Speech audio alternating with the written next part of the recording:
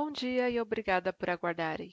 Sejam bem-vindos à teleconferência da Aliança Sonai Shopping Centers para a discussão dos resultados referentes ao segundo trimestre de 2020. Estão presentes hoje conosco os senhores Rafael Sales, diretor-presidente, Leandro Lopes, diretor de operações, Carlos Correa, diretor financeiro, e Daniela Guanabara, diretora de estratégia e relações com investidores. Informamos que esse evento está sendo gravado e que todos os participantes estarão apenas ouvindo a teleconferência durante a apresentação da companhia. Em seguida, iniciaremos a sessão de perguntas e respostas apenas para analistas e investidores, quando instruções adicionais serão fornecidas. Caso algum dos senhores necessite de assistência durante a conferência, queiram, por favor, solicitar a ajuda de um operador digitando *0. Esse evento também está sendo transmitido simultaneamente pela internet, via webcast, podendo ser acessado no endereço ri.aliancesonai.com.br, onde se encontra disponível a respectiva apresentação. O replay deste evento estará disponível logo após seu encerramento por um período de uma semana. Gostaríamos de informar que perguntas só poderão ser feitas através do telefone. Caso você esteja conectado pelo webcast, sua pergunta deverá ser enviada diretamente para a equipe de RI pelo e-mail ri@aliancesonai.com.br. Antes de prosseguir, gostaríamos de esclarecer que eventuais declarações que possam ser feitas durante essa teleconferência relativas às perspectivas de negócios da companhia, projeções e metas operacionais e financeiras, constituem-se em crenças e premissas da diretoria da companhia, bem como em informações atualmente disponíveis. Considerações futuras não são garantia de desempenho, elas envolvem riscos, incertezas e premissas, pois se referem a eventos futuros e, portanto, dependem de circunstâncias que podem ou não ocorrer. Investidores devem compreender que condições econômicas gerais, condições da indústria e outros fatores operacionais podem afetar o desempenho futuro da companhia e podem conduzir a resultados que diferem materialmente daqueles expressos em tais considerações futuras. Agora, gostaríamos de passar a palavra ao Sr. Rafael Sales, que dará início à apresentação. Por favor, Sr. Rafael, pode prosseguir. Bom dia a todos. Eu gostaria de agradecer a vocês pelo interesse nos resultados da Aliança Sonai. Queria começar a nossa apresentação, primeiramente, ressaltando o grande desafio pelo qual nós passamos ao longo desse segundo trimestre. Sem dúvida, foi o período de maior gravidade da pandemia até aqui, e nós tivemos que lidar com algo inédito, que foi o fechamento temporário de todo o nosso portfólio por um período de tempo muito extenso, né? Muito maior do que a gente poderia prever inicialmente. Conforme, posteriormente, as autoridades foram observando melhoras nos respectivos quadros de saúde, a partir de maio, nós começamos a ter uma flexibilização nas medidas de distanciamento social e a consequente autorização para a retomada gradual das nossas atividades nas diversas regiões do país. O processo de reabertura, como vocês podem imaginar, é de alta complexidade e demanda um esforço enorme, não apenas do nosso time na Aliança Sonai, como de todos os nossos lojistas e de suas equipes. Cada município, além disso, determinou dias e horários de funcionamento específicos e restrições também únicas, o que adiciona complexidade, cada um limitando o fluxo de visitantes ou o horário de funcionamento, por exemplo, das praças de alimentação. O time de operações da Aliança Sonai, que administra 39 shoppings pelo Brasil todo, realizou, na minha opinião, um trabalho admirável e pelo qual nós estamos muito orgulhosos, em que conseguimos implementar tanto os protocolos de fechamento quanto os protocolos de reabertura com muito critério e muito cuidado, e desenvolver de uma forma, principalmente nos protocolos de abertura, procedimentos que nos deram muito conforto, que foram elaborados em conjunto com o Hospital Sírio-Libanês de aqui de São Paulo. Além disso, nós também conseguimos testar todos os membros dos nossos times nos shoppings e nos escritórios e podemos reiniciar as nossas atividades com mais segurança e também preservando a saúde e a segurança dos nossos colaboradores, que sempre foi a nossa principal prioridade durante esse processo todo de combate à pandemia, né? Hoje, dos nossos 27 shoppings, 26 estão abertos, o que corresponde a 98% do nosso ABL e 98% do nosso NOI de 2019. Apenas o shopping de Franca ainda não está reaberto, a gente espera abrir nas próximas semanas. Isso nos dá pelo menos um ânimo adicional para todos o nosso time, os nossos lojistas retomarem suas atividades. Em relação às vendas totais, nosso portfólio teve uma queda importante de 84,8%, obviamente impactado pelo fechamento dos shoppings na maior parte do trimestre. Nós operamos apenas 11% das horas comparado com o trimestre anterior, e nós tivemos um patamar de 15% das vendas. Com a reabertura de um número mais relevante de ativos no mês de junho, foi possível observar que as vendas estão apresentando sinais de recuperação, ou seja, existe uma correlação forte entre tempo de abertura e vendas. A gente chama atenção em termos de destaque de performance de vendas em junho para os shoppings da região norte e os shoppings do estado do Rio, que atingiram vendas médias diárias de aproximadamente 65% comparadas com junho do ano passado. Os shoppings dessas regiões já estão operando atualmente com 12 horas diárias, desde as últimas semanas, a partir das 10 da manhã até as 22 horas, e as vendas continuam melhorando gradativamente. Em julho, as vendas totais alcançaram 51% das vendas no mesmo mês de 2019, operando com uma média de 50% das horas. Em julho, esse último mês, então, a gente, especialmente alguns outros shoppings dessas regiões que já estão operando mais horas, nós tivemos números muito positivos, inclusive números com vendas superiores às vendas de julho do ano passado. No slide 4, vocês podem ver algumas imagens sobre nosso processo de reabertura e do protocolo. São apenas alguns exemplos de como nós estamos cuidando com todo o cuidado dos nossos visitantes, lojistas e colaboradores. Já no slide 5 e 6, a gente comenta um pouco do esforço e medidas de redução de custos, e do plano de contingência para reduzir os efeitos da crise na companhia. Os nossos escritórios estão voltando à rotina gradualmente, com alternância de equipes, home office para aqueles que são do grupo de risco e todos os devidos cuidados para os demais colaboradores. É importante destacar que nós não fizemos demissões generalizadas, fortes na companhia, nós estamos preservando a nossa capacidade de execução, e agora nessa retomada vai ser super importante, tanto do ponto de vista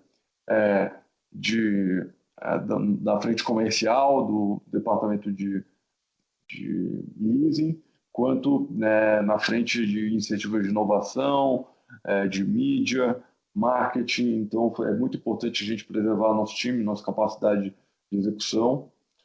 Em termos de custo caixa, eu acho que esse é um número muito importante de destacar. Nossos custos caíram 52% em relação ao mesmo trimestre do ano passado, o que seria um número muito positivo no NOI, porém, nós aumentamos bastante o nível de provisionamento também, de forma a cobrir uma possível piora, tanto no recebimento de condomínio quanto de aluguel. Eu acho que isso é uma medida importante para a gente preservar nossa capacidade de negociação comercial durante os próximos trimestres do ano. Então, a provisão agora nos dá essa capacidade adicional. Nas despesas, com a flexibilização das leis de trabalho, nós conseguimos uma redução importante comparado com o trimestre anterior. A gente tinha falado no trimestre anterior que a gente gostaria de obter uma redução de até 25% no G&A, a redução veio de 39% comparado com o primeiro trimestre. Como nosso time está preservado, a gente espera uma retomada forte aqui na companhia nos próximos meses. No slide 6, aqui tem um resumo de quais foram as iniciativas de suporte que nós demos, tanto em redução de cobrança de condomínio quanto descontos no aluguel. Isso aí vocês já conheciam, mas aqui tem um pequeno resumo. No slide 7, a gente comenta um pouco das nossas iniciativas Omnichannel, de como as iniciativas dos negócios digitais têm suportado o relacionamento dos nossos lojistas com os nossos clientes, né, usando a plataforma dos nossos shoppings como base. Né? Hoje nós já temos 3.500 lojistas conectados às nossas plataformas, representando 67% da base. Esse esforço grande de curto prazo fez com que a gente vá acelerar muito a curva de adesão, de engajamento para os marketplaces individuais de cada shopping que nós vamos lançar ao longo dos próximos meses.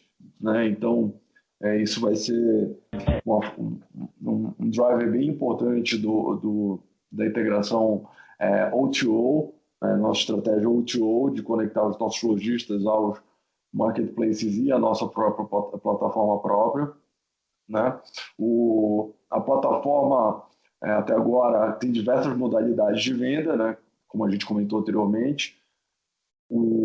As imagens aqui mostram como funciona nos nossos aplicativos e nos nossos web apps e nos nossos redes sociais, as vendas por WhatsApp, pelo e-commerce, por delivery, drive-thru e o pick-up. Ao final de julho, nós já tínhamos um total de 770 mil acessos únicos nesses nossos novos modelos, o que representa um crescimento de mais de 3 vezes em relação ao final de maio. Outra update importante nessa frente é a parceria com a iFood, que também segue uma trajetória positiva. Todos os shoppings do portfólio estão conectados à plataforma do iFood. Nós já temos o funcionamento dos iFood Hubs já em 4 dos shoppings, que são aquelas estruturas que facilitam a organização da operação de delivery, e nós esperamos um rollout de mais 4 iFood Hubs até o final deste ano. Para os iFood Hubs, né, ao longo desse ano, nós tivemos uma expansão de GMV de 6 vezes entre janeiro e junho. Tá? Então, um crescimento expressivo de GMV. Em relação ao desempenho geral do portfólio, do resultado da companhia, eu acho importante destacar que, como nós não esperávamos ter um resultado muito bom de qualquer forma nesse trimestre, dado o fechamento dos shoppings, nosso principal objetivo foi, obviamente, reduzir os custos de shopping, para a gente não ter um impacto de uma eventual inadimplência de condomínio ou de vacância afetando os resultados. Nesse caso, a gente teve uma preservação muito forte do relacionamento comercial, né, o que nos deixa muito satisfeitos. Né? Nós estamos bem satisfeitos com o resultado da nossa estratégia comercial, pois nossa ocupação permanece acima de 95%, e já tivemos uma retomada forte dos contratos de novos negócios.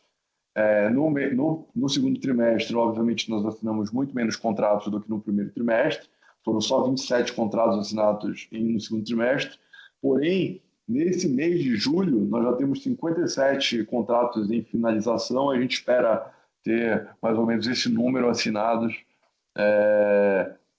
antes do final do mês de agosto, né, o que mostra um crescimento bem forte de novos negócios, já logo após a reabertura do shopping.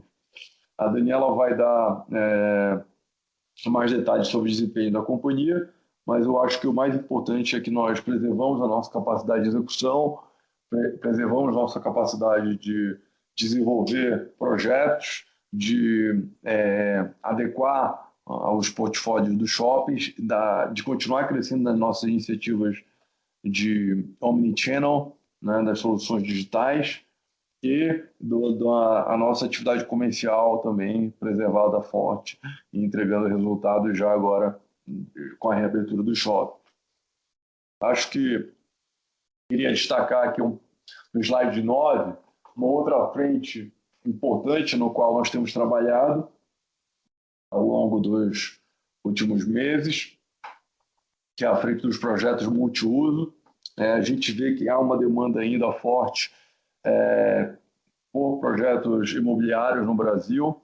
Mesmo com a pandemia, a demanda por casa, por projetos residenciais, projetos ligados à saúde, né, e alguns projetos comerciais e de hotéis continuaram tendo demanda, e nós estamos desenvolvendo várias iniciativas nessa frente, e a gente achou interessante trazer um update geral para vocês aqui nesses slides. Aqui nós temos demonstrado o nosso potencial construtivo, que hoje é de 4,4 milhões de metros quadrados, entre expansões e multiuso. A maior parte disso são projetos multiuso. Né? Nós estamos trabalhando atualmente em 18 projetos, em 7 dos nossos shoppings. Desses projetos, nós já temos o contrato assinado para 6, e os demais estão em negociação. Considerando todos os projetos, a área privativa chega a quase 321 mil metros quadrados, com a área dos terrenos de aproximadamente 145 mil metros quadrados. O VGV estimado para esses projetos assinados é de 500 milhões de reais, até aqui, né, os que já foram assinados, e a gente ainda tem algumas coisas que a gente espera assinar ao longo desses próximos meses. É importante destacar que nessa nossa estratégia, a premissa é ter o shopping como principal ativo do projeto multiuso e que tudo vai ser pensado e projetado para a valorização do shopping como centro comercial. Nosso objetivo, além de agregar valor financeiro para a companhia, gerar novos recursos para a gente continuar investindo nos nossos resultados, nas nossas operações, é também diversificar o público, né? Aumentar a densidade demográfica da região primária do empreendimento e dando facilidades para os nossos clientes e melhorar a qualidade de vida naquelas regiões. Aqui, no slide 10, vocês podem ver que temos projetos para desenvolvimento de diversos tipos de empreendimentos como torres residenciais, corporativas, hotéis, hospitais, entre outros, né? No slide 11, tem alguns detalhes adicionais do Masterplan do Parque Dom Pedro, que é o nosso maior projeto de todos esses, do ponto de multiuso. O potencial construtivo já aprovado do Parque Dom Pedro são 420 mil metros quadrados de área. O total do VGV dessa área aprovada é de 2,1 bilhões de reais, sendo que metade disso é da companhia. O projeto envolve os mais diversos tipos de empreendimentos, né? E já temos algumas negociações bem avançadas, tanto na frente de hotéis, flats e algumas discussões em relação a operações médicas. Nos slides 12 e 13, tem alguns outros projetos que também são bem relevantes para cada um dos nossos shoppings. Em Maceió, temos 2 projetos residenciais com MRV, que também já foram assinados. São 544 apartamentos na parte mais distante do terreno. O terreno é um terreno muito grande, que tem uma área ao lado do shopping, que é uma área bem nobre, com vista para o mar, e a área de trás é uma área que a gente tem desenvolvido projetos como esse com MRV, que tem um VGV total de 125 milhões de reais. Em Franca, nós assinamos já 2 projetos, sendo um residencial e mais uma torre de uso misto, que tem hotel e escritórios. Ambos foram assinados com uma incorporadora forte na região de Ribeirão e de Franca, que é a WV, e tem um VGV estimado de 207 milhões de reais. No Passeio das Águas, em Goiânia, nós temos um projeto também muito bacana, numa parceria com a IBM e com a Cirela, para a construção de 6 torres residenciais com VGV de 167 milhões. Em Uberlândia, nós temos o projeto de um hotel com 220 quartos, em parceria com a construtora Santa Mônica, que também é uma construtora forte da região. Bom, esse é só um pequeno lista de exemplos das coisas que nós estamos fazendo agora para o curto prazo, mas nós vamos detalhar mais e tentar acelerar onde fizer sentido o uso desses 4,4 milhões de metros quadrados de potencial que nós temos. Tá? Agora eu vou passar a palavra para a Daniela comentar mais os resultados financeiros e depois a gente volta para as perguntas e respostas. Muito obrigado, até mais. Obrigada, Rafael, e bom dia a todos. No slide 15, nós apresentamos os highlights do resultado da companhia e aqui podemos ver o impacto de termos todos os nossos shoppings fechados pela maior parte do trimestre. A receita líquida da companhia foi reduzida para R$ 162 milhões, mas compensada pelo ajuste do aluguel linear. O NOI da companhia foi positivo em R$ 4,8 milhões, já excluindo o ajuste do aluguel linear e o aumento da PDD no semestre. Nós já levamos em consideração a eventual necessidade de aporte nos condomínios, por isso já provisionamos para que isso não afete o resultado nos próximos trimestres. O plano de contingência mencionado mais cedo também contribuiu para mitigar o impacto no EBITDA, que foi negativo em 10,7 milhões, excluindo o ajuste de aluguel linear líquido de impostos. O sucesso do gerenciamento de passivos, no qual nos empenhamos nos últimos anos, aliado também à redução na taxa básica de juros da economia, contribuiu para uma expressiva queda de 37 milhões em despesas financeiras. O EFFO, que já desconsidera itens não recorrentes e não caixa, foi mais um indicador impactado pelo menor resultado operacional, mas parcialmente compensado pelo resultado financeiro. Indo agora para o slide 16, podemos ver que a taxa de ocupação da companhia no segundo TRI foi de 95,2%, ou seja, uma redução de cerca de meio ponto percentual em relação ao primeiro TRI de 2020, o que confirma as nossas expectativas de que teríamos um impacto em vacância inferior a 1 ponto percentual entre os dois trimestres. Outro destaque positivo é que, como o Rafael já mencionou, mesmo com shoppings temporariamente fechados, nossas equipes comerciais assinaram 27 novos contratos no segundo trimestre e no mês de julho, mais 57 contratos estão em negociação. Esse número aponta uma recuperação crescente na nossa atividade comercial. Seguindo para o slide 17, nós temos o estudo da performance de vendas que conduzimos. Com a reabertura de boa parte do nosso portfólio acontecendo entre o final de maio e junho, nós selecionamos os ativos que não tiveram suas operações suspensas novamente e que permaneceram abertos por no mínimo 15 dias. Isso nos possibilitou realizar uma análise mais consistente e normalizada do desempenho operacional desses ativos. Como resultado, observamos que os shoppings de maior fluxo de visitantes, localizados em regiões mais adensadas e que permaneceram com um horário de funcionamento mais extenso do que outros no portfólio, tiveram melhor desempenho. Podemos destacar aqui os ativos da região norte e do estado do Rio de Janeiro, que alcançaram vendas médias diárias em junho de 2020 de aproximadamente 65% do patamar de junho de 2019. Individualmente se destacaram o Parque Shopping Belém, Bangu, Manauara e Caxias, sendo que todos foram autorizados a funcionar até 8 horas diárias e se caracterizam por serem ativos que recebem grande fluxo de visitantes.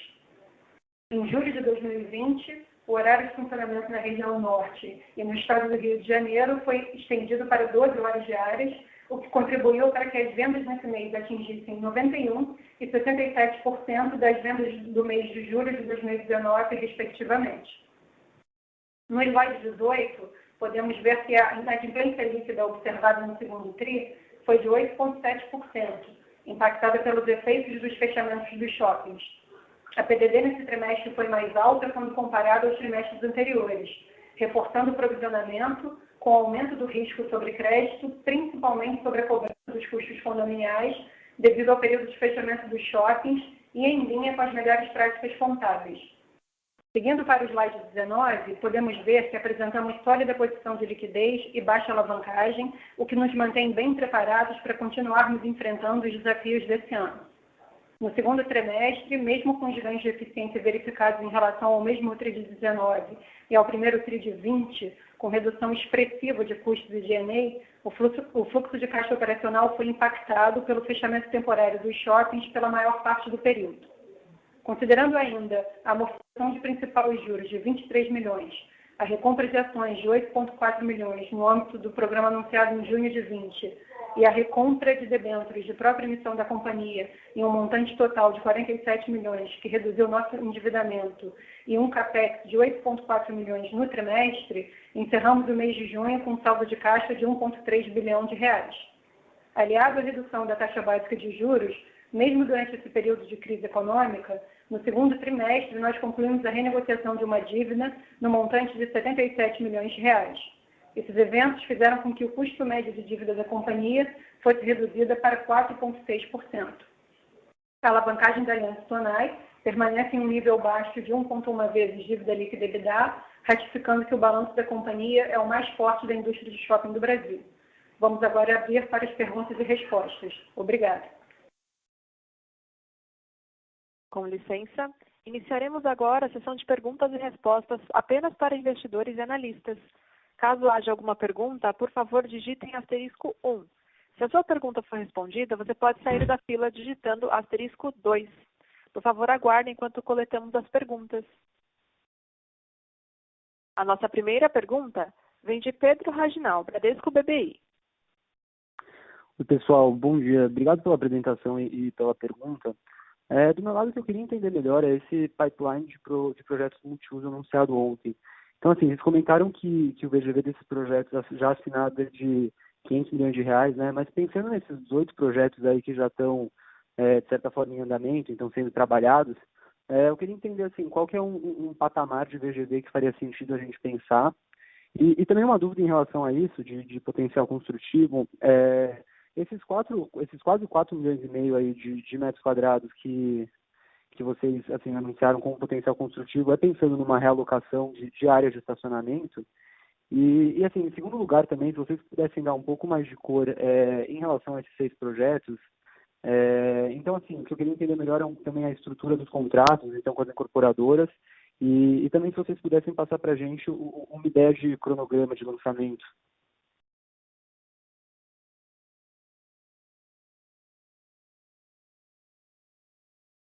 Pedro, tudo bem?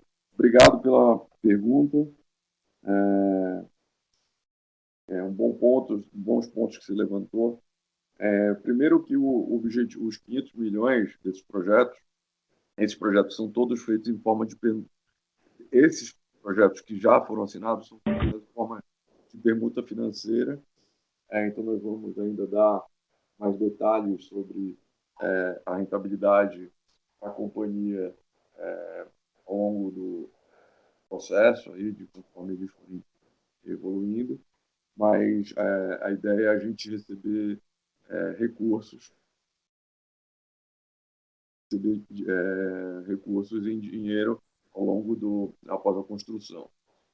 Os outros projetos têm outras características, outras negociações têm outras características que também podem ter algum risco ou alguma participação no upside do ponto de vista de desempenho imobiliário, né, da venda do negócio, mas os principais projetos em desenvolvimento a gente ainda tem focado em permutas financeiras, até porque a gente sempre faz uma parceria com incorporadores especialistas em cada um dos segmentos que a gente entende que vai fazer sentido para o shopping e para aquele terreno, para aquela região.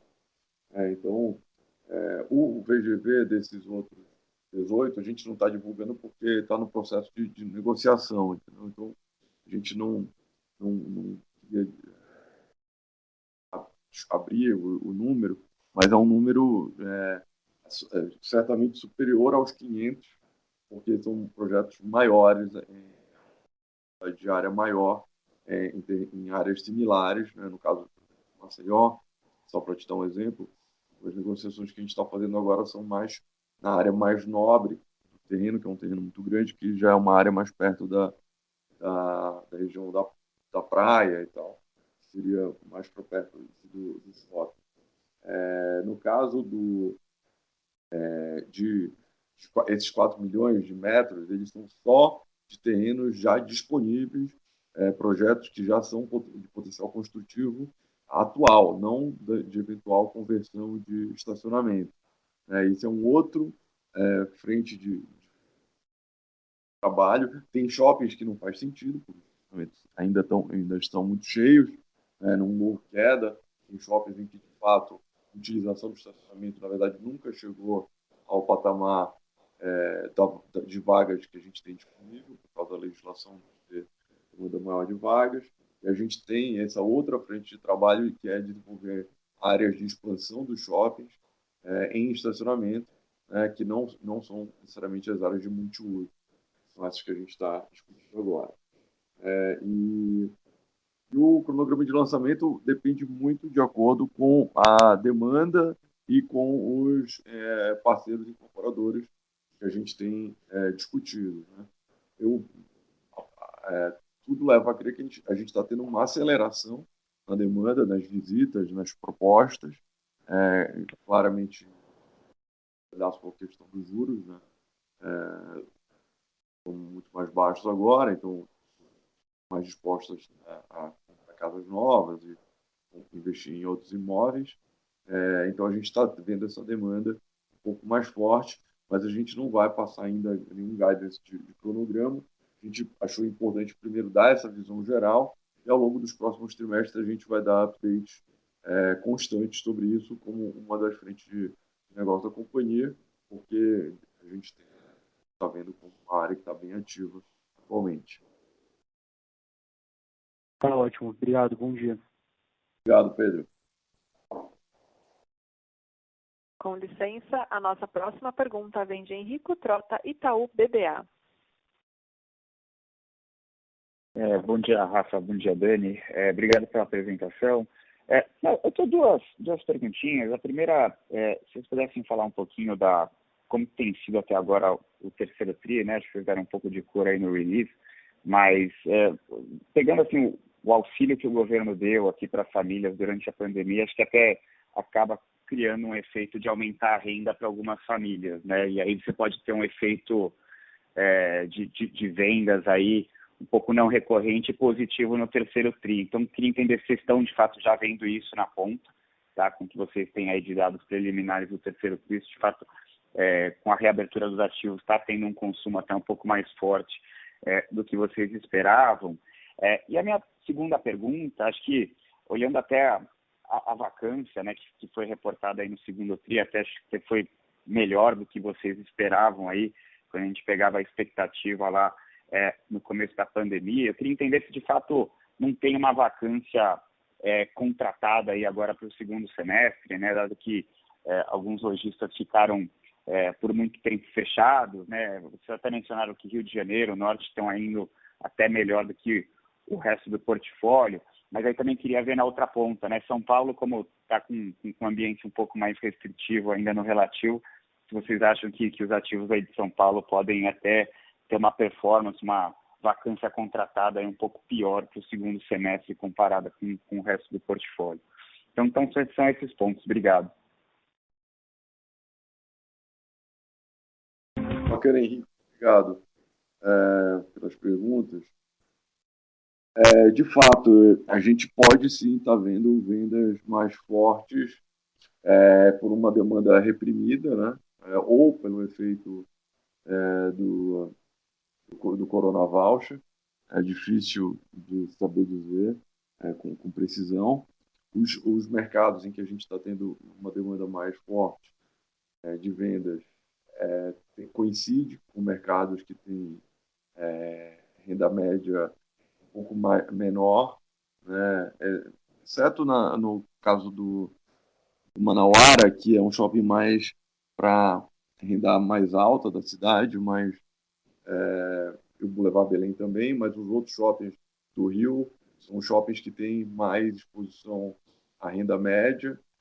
O shopping de Fortaleza também tendo bem, também é um shopping mais exposto à renda média, média baixa. Então, está tendo uma performance de vendas de fato bem forte, comparado, obviamente, no relativo, né, com outros mercados.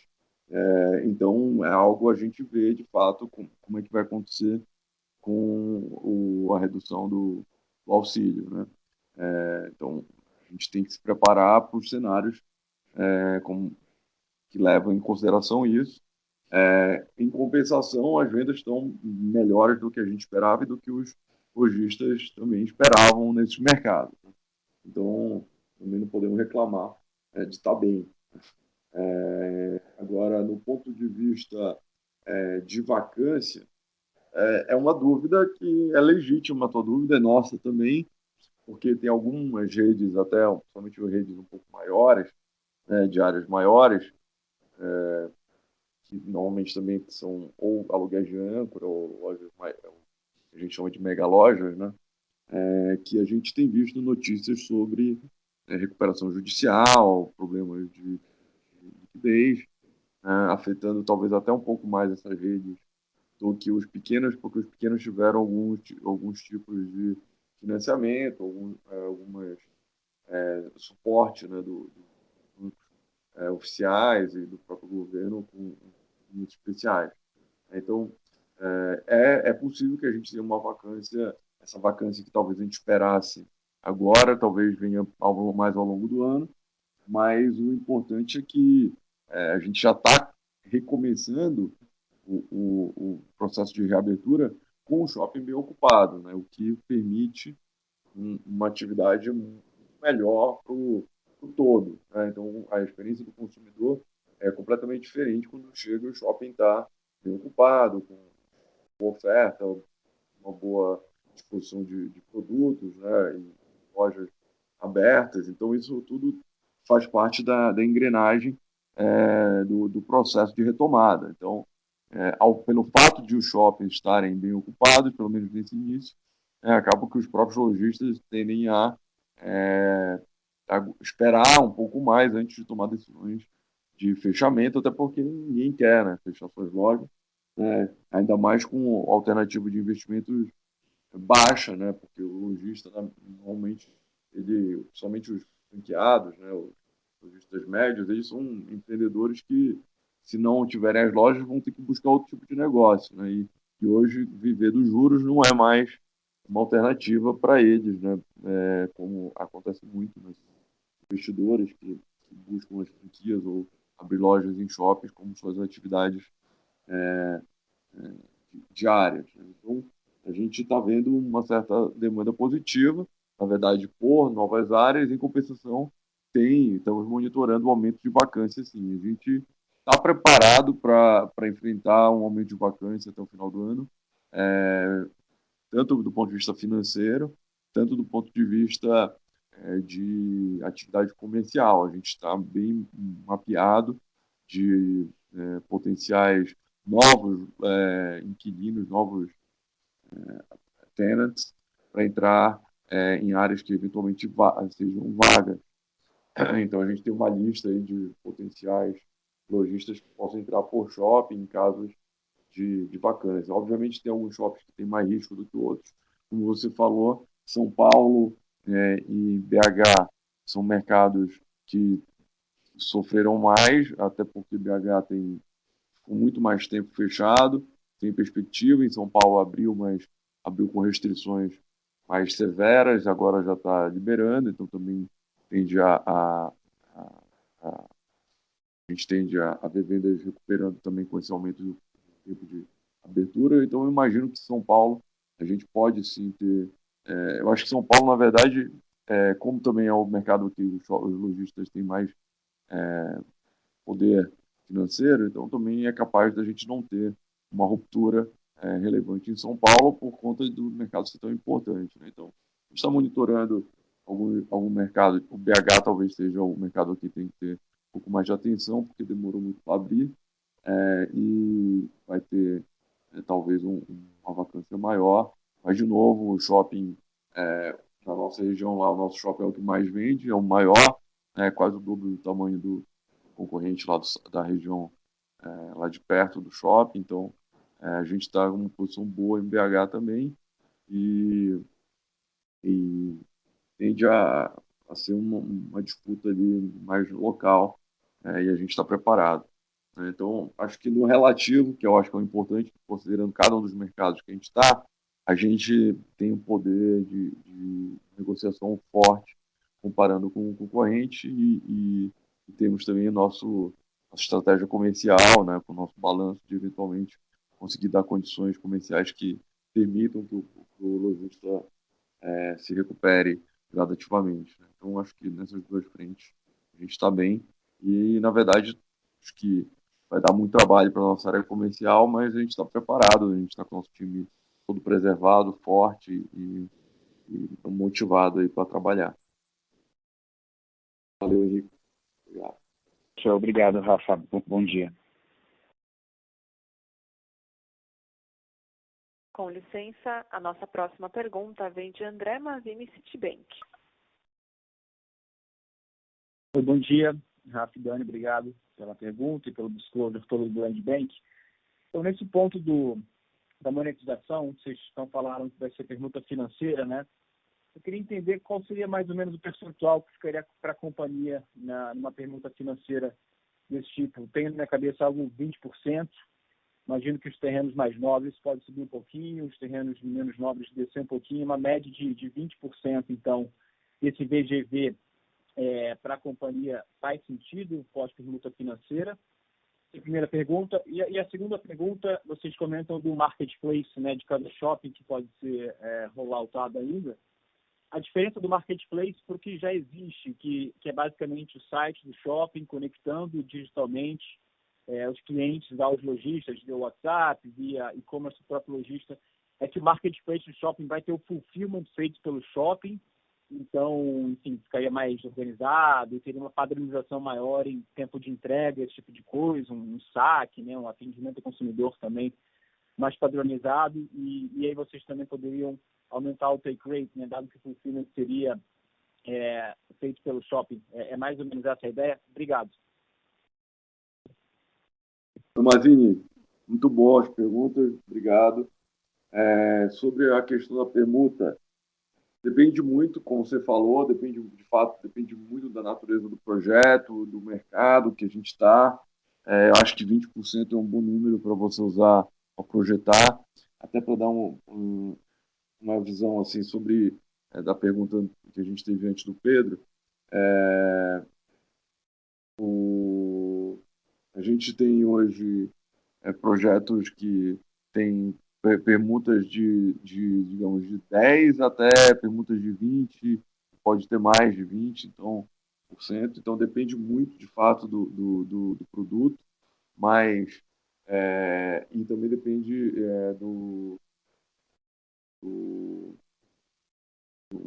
muitas vezes, assim, do nosso interesse estratégico no terreno, né? Eventualmente a gente prefere acelerar aquele determinado terreno com uma permuta um pouco menor para valorizar a área e ganhar um adensamento adicional. Então, depende muito dessas questões. A gente também pode começar a avaliar, ter um pedaço do retorno como upside da relação de permuta, né? Ter um pedaço dessa permuta atrelada ao resultado do negócio. Né? Isso também é uma questão que a gente tem avaliado e vamos dar mais disclosure, sim. Uma das informações que eu não tinha dado antes dos projetos que estão em andamento, a gente tem entre Franca, Maceió, Caxias, Campos e Goiânia, Uberlândia, a gente está falando de 3 bilhões de reais de VGV. Tá? Então, são esses outros projetos nesses shoppings que a gente já está negociando. Então, isso é uma discussão e vai ser no caso a caso, a gente vai ter mais participação com um pouco mais de risco no negócio, ou se a gente vai ter menos participação com o resultado financeiro garantido nessas permutas. Então, vai ser caso a caso, a gente vai começar a dar esse disclosure de uma forma um pouco mais clara a partir dos próximos trimestres. Em relação ao marketplace, de fato, hoje, a nossa ideia é trazer mais. Hoje, a gente já conseguiu, eu acho que o principal, que era engajar essa base de lojistas importante de forma a ter massa crítica, né, e poder ter uma mensuração de quais shoppings valem a pena a gente investir mais para ter uma solução própria. A nossa solução própria, como a gente vem falando, o nome é Marketplace porque esse é o nome do produto, mas não é para competir com os grandes marketplaces. A gente não quer ter um Customer Acquisition Cost de um marketplace tradicional, porque a gente quer trabalhar os clientes que já são clientes do shopping, né, cujo custo de aquisição é muito menor, né, no nosso site, na nossa plataforma. Mas não impede que o nosso fulfillment sirva, né, se for bem remunerado, que sirva, inclusive, para as plataformas de outros marketplaces, né? Que a gente possa usar a nossa escala para entregar e para, pelo menos, consolidar encomendas num só ponto, num só hub logístico de goods para entregar para os clientes do entorno do shopping, né? Enquanto que os marketplaces tradicionais fariam normalmente as vendas de outra forma, ou de uma forma um pouco mais distante, ou usando a conexão deles com as com as grandes redes de lojistas, né? Então, a nossa intenção, mesmo antes de mirar o take rate, é manter a relevância daquele lojista, ampliar, de fato, a relevância daquele lojista como um player omnichannel, né? Os nossos lojistas terem essa possibilidade de conseguirem maximizar vendas e utilização de estoques a partir do shopping, né? Então, e consequentemente, ganhar algo como no take rate da venda feita online por meio da nossa plataforma. Dito isso, o Dom Pedro tem sido o nosso foco de maior investimentos nessa frente, mas com essa aceleração que a gente fez com os web apps dos shoppings e as redes sociais, a gente viu que o engajamento foi super forte e agora a gente consegue ver quais são os mercados que têm maior tração para a gente priorizar o esforço de lançamento da nossa própria solução, que vai sim englobar essas soluções que você descreveu, que é ter uma logística mais azeitada, principalmente para a área primária e secundária. Em alguns shoppings, como Dom Pedro, tem reach regional também, obviamente, nas cidades ao redor, mas o shopping está. A ideia é também oferecer uma experiência melhor para o consumidor, mesmo que a venda não seja feita no nosso site, seja feita direto no WhatsApp do lojista, como a gente tem feito promovendo isso hoje. Então, de forma a manter a relevância do ponto comercial de uma forma multicanal, independente da compra ser física ou presencial ou online, né? Então, essa combinação de fatos, de uma forma agnóstica, né, que a gente fala que, de fato, a gente não quer concorrer nesse mercado, que é um mercado hoje super competitivo, né, que é esses grandes marketplaces, e que a gente, na verdade, quer simplesmente participar usando nossa capacidade e, por exemplo, nossa capacidade técnica, né? A gente tem hoje capacidade em todos os nossos shoppings, a gente tem áreas de TI, áreas de marketing, então a gente pode trabalhar junto com o lojista, diluindo o custo, diluindo essa despesa e fornecendo essa possibilidade dele se integrar às plataformas de uma forma mais rápida e eficaz. Até mais do que a gente entende que que as franquias têm feito hoje. Então a gente consegue ajudar o franqueado a botar na ponta talvez de forma mais efetiva do que as redes têm conseguido fazer com os seus franqueados. Beleza? Obrigado. Obrigado. Com licença, a nossa próxima pergunta vem de Elvis Credendio, BTG Pactual. Bom dia, Rafael. Bom dia, Dani. Eu tenho duas perguntas aqui. Primeiro, sobre descontos, né? Se vocês puderem dar um update de como têm sido os descontos praticados aí no boleto de julho e como que vocês acham que esses descontos daqui para frente podem se comportar, né? Porque, de um lado, a gente tem aí uma recuperação de vendas, como vocês bem mencionaram, mas, de outro, os lojistas vêm de meses com vendas bastante baixas. E a outra pergunta, com relação ao G&A, que vocês tiveram uma redução bem relevante por contra tri, mas se puderem abrir mais do que de fato são efeitos pontuais e o que deveria continuar daqui para frente e, de certa forma, ajudar, né, nos próximos trimestres. É isso. Obrigado.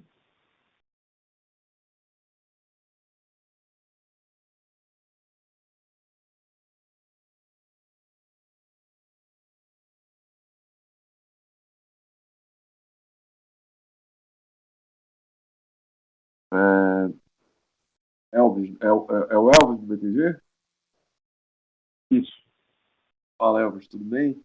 Então, em relação aos descontos, eu vou pedir para o Leandro responder, mas sobre o DNA, uma parte disso a gente vai capturar, de fato, obviamente, uma nova forma de utilização de passagens aéreas, utilização melhor das nossas soluções digitais, né?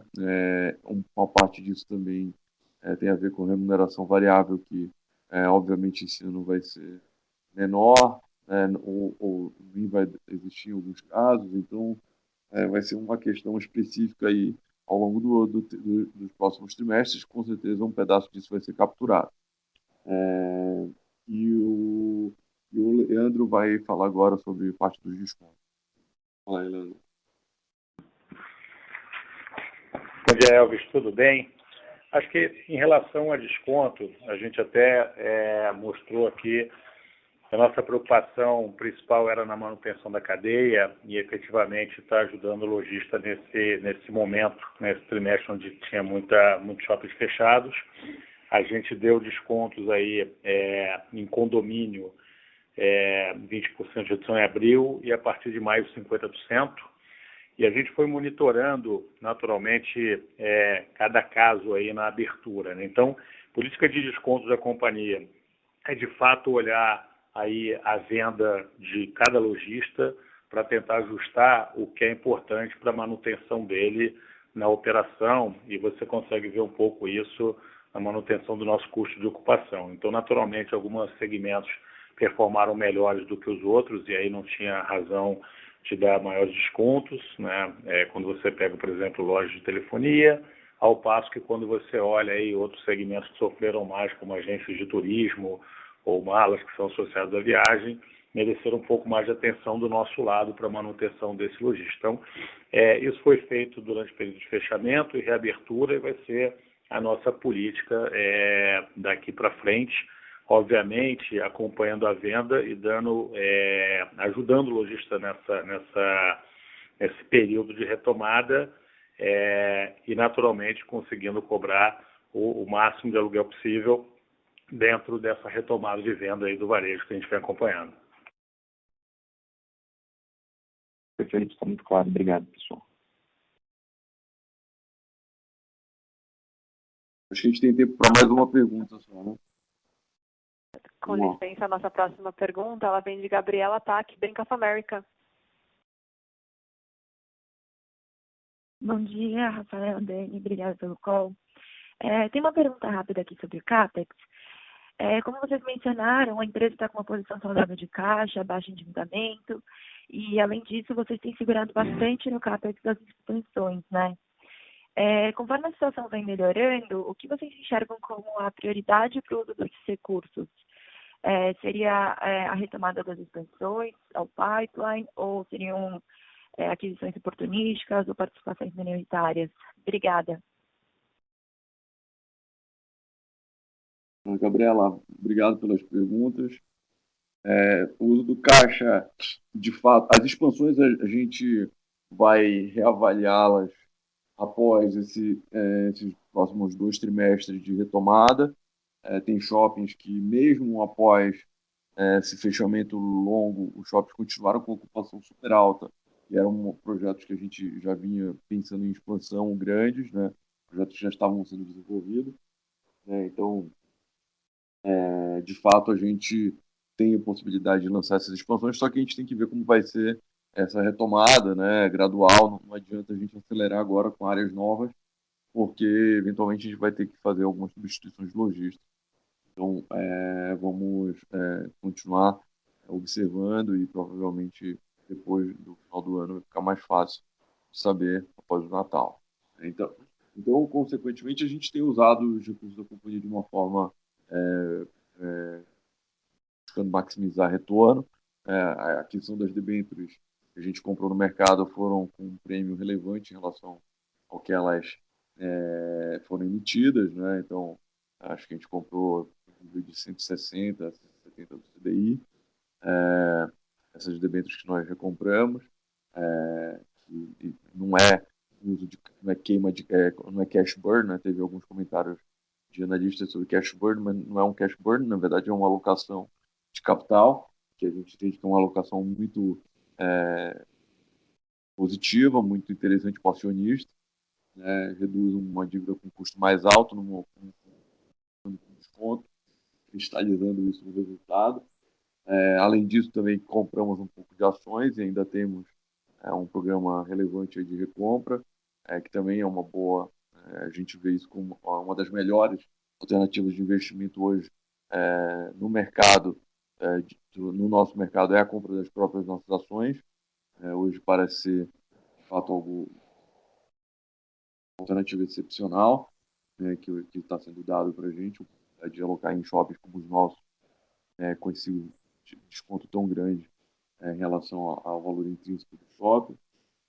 Então, essas duas alternativas têm sido alternativas muito interessantes porque são fáceis de executar, né? Porque são líquidas e a gente consegue usar o mercado a nosso favor.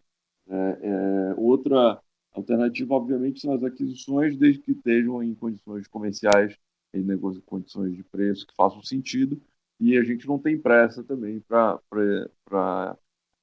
fazer essas aquisições. Na verdade, a paciência é uma das nossas principais virtudes, né? Que a gente conseguiu concluir a nossa fusão por conta dos dois grupos de acionistas terem essa paciência nesse processo, e a gente continua analisando alternativas de aquisições que sejam muito accretive do ponto de vista estratégico e financeiro. É sempre essa combinação. A gente nem quer comprar nada muito barato, simplesmente por ser atrativo financeiramente, e também não queremos comprar algo que seja estratégico pagando muito caro. Então, a gente quer sempre fazer uma combinação desses dois fatores, que é comprar ativos bons sem, sem errar no preço, e gerando valor, como a gente fez no caso das aquisições do ano passado, no Shopping Taboão, no Grande Rio e no Plaza Sul, foram aquisições muito accretive. Então, a gente vai continuar mirando esse tipo de alternativa, e aí, hoje as ações da companhia também como uma alternativa super interessante e de fácil execução. Tá bom? Eu vou passar para a última pergunta, porque a gente não vai ter tempo de responder muito mais.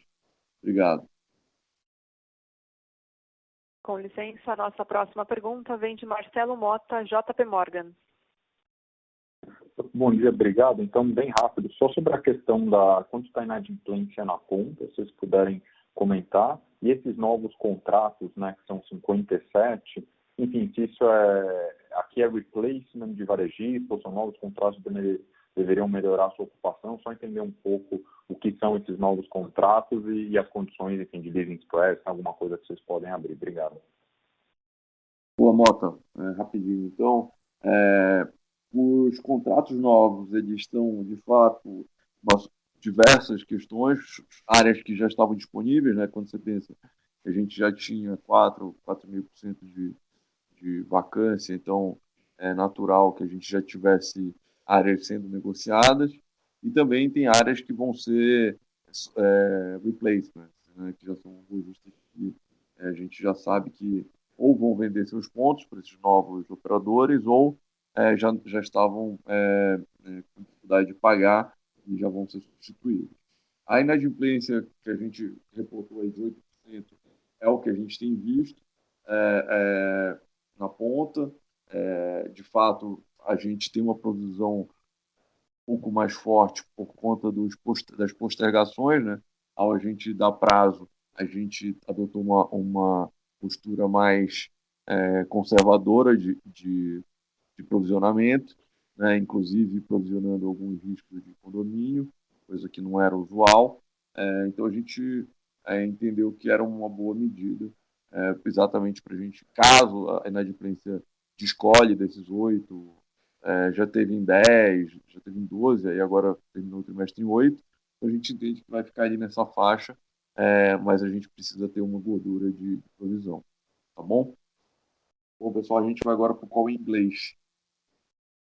Um abraço, até mais. Muito obrigado pela atenção de todos.